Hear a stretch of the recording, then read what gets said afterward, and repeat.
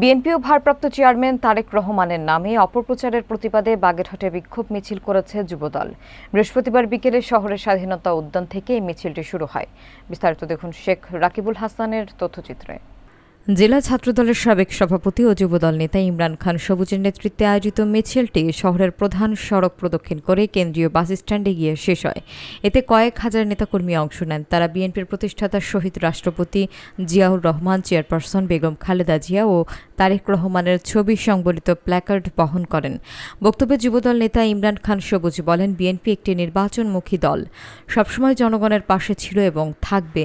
যারা বিএনপিকে নিয়ে অপপ্রচার চালাচ্ছে তারা জনবিচ্ছিন্ন। অপপ্রচারকারীদের প্রতি আমরা হুঁশিয়ারি দিচ্ছি, ভালো হয়ে যান। জনগণের বিপক্ষে অবস্থান নিয়ে কেউ টিকতে পারে না। মিছিলে অংশগ্রহণকারীরা সরকারের বিরুদ্ধে ফ্যাসিবাদী আচরণের অভিযোগ তোলেন এবং আওয়ামী লীগের দোসরদের হুঁশিয়ারি উচ্চারণ করেন।